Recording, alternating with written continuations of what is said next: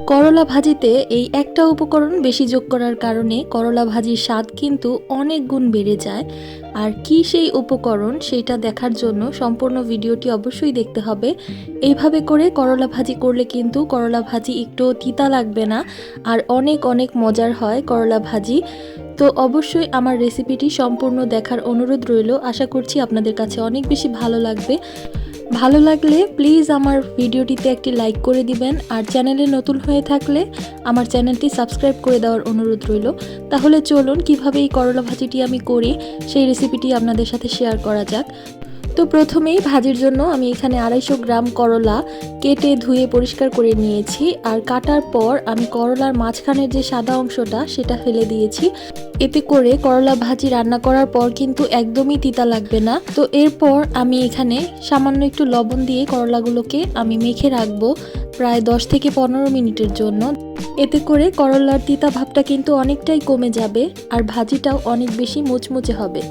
এরপরে এখানে নিয়ে নিয়েছি আলু। আমি এখানে একটা বড় সাইজের আলু কুচি করে নিয়েছি। আর এইখানে নিয়ে নিয়েছি বেশ কিছু চিংড়ি মাছ। চিংড়ি মাছগুলোকে আমি আরেকটু ছোট ছোট টুকরো করে নিব।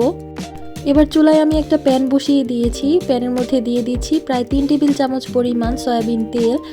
তেলের পরিমাণটা একটু বেশি দিলে কিন্তু ভাজিটা অনেক বেশি মুচমুচে হয়। তো তেলটাকে হালকা গরম করে নিয়ে এর মধ্যে আমি দিয়ে দিব প্রায় হাফ কাপের মতন পেঁয়াজ কুচি। এবার পেঁয়াজটাকে আমি বেশ কিছুক্ষণ একটু ভেজে নিব, যতক্ষণ পর্যন্ত না পেঁয়াজের কাঁচা ভাবটা একটু চলে যায়। তো পেঁয়াজটা ভাজতে ভাজতে যখন পেঁয়াজের কাঁচা ভাবটা চলে যাবে তখন এর মধ্যে অ্যাড করে দিব যে চিংড়ি মাছগুলো আমি নিয়েছিলাম, সেগুলোকে আমি ছোট ছোট টুকরো করে নিয়েছি, সেটা এখানে দিয়ে দিচ্ছি। এবার পেঁয়াজের সাথে চিংড়ি মাছগুলোকেও আমি বেশ কিছুক্ষণ একটু ভেজে নিব।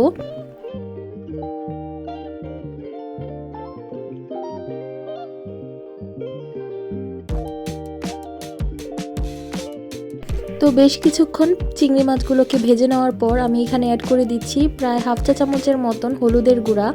আর এই হলুদের গুঁড়াটা দেওয়ার কারণে কিন্তু এই ভাজির কালারটা অনেক বেশি সুন্দর হবে।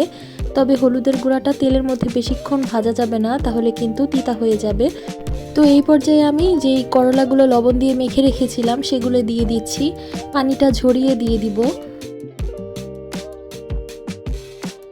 এবার নেড়ে চেড়ে সব কিছুর সাথে একটু মিশিয়ে নিচ্ছি।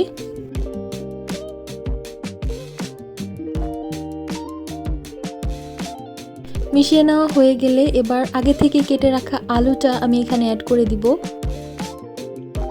আলুটা দিয়ে এবার আবারও সব কিছুর সাথে নেড়ে চেড়ে মিশিয়ে নিতে হবে।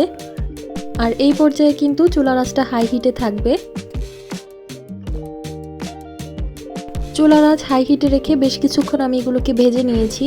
এবার ঢাকনা দিয়ে ঢেকে চুলার আঁচ মিডিয়ামে রেখে আমি এগুলোকে বেশ কিছুক্ষণ আবারও একটু রান্না করে নিয়েছি।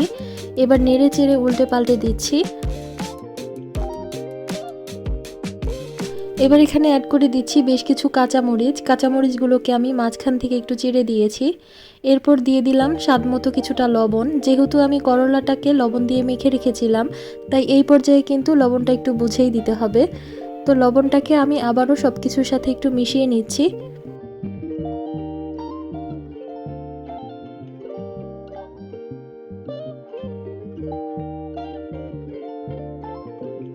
কিছুক্ষণ নেড়ে চেড়ে এবার ঢাকনা দিয়ে আরও 5 মিনিটের মতো এটাকে রান্না করে নিব। এর মাঝখানে আমি আরও একবার ঢাকনা খুলে একটু নেড়ে চেড়ে দিয়েছিলাম, আর আমাদের ভাজিটা কিন্তু একদমই সেদ্ধ হয়ে গেছে। এবার ঢাকনা খোলা অবস্থায় এটাকে নেড়ে চেড়ে একদম ভাজা ভাজা করে নিতে হবে। আর এই পর্যায়ে চুলার আঁচটা মিডিয়াম টু হাই হিটে রাখতে হবে।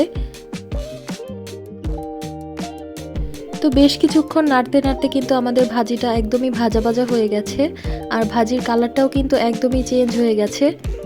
আমি অনবরত নেড়ে চেড়ে ভাজিটাকে একদম ভাজা ভাজা করে নিয়েছি। এইভাবে করলা ভাজি করলে কিন্তু করলা ভাজি একদমই তিতা লাগবে না, আর চিংড়ি মাছটা অ্যাড করার কারণে কিন্তু এই ভাজিটার স্বাদ অনেক অনেক গুণ বেড়ে যায়। তো আমার আজকের এই করলা ভাজির রেসিপিটি আপনাদের কাছে কেমন লেগেছে অবশ্যই আমাকে কমেন্ট করে জানাবেন।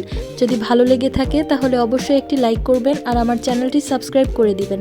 সবাই অনেক বেশি ভালো থাকবেন। আল্লাহ হাফেজ।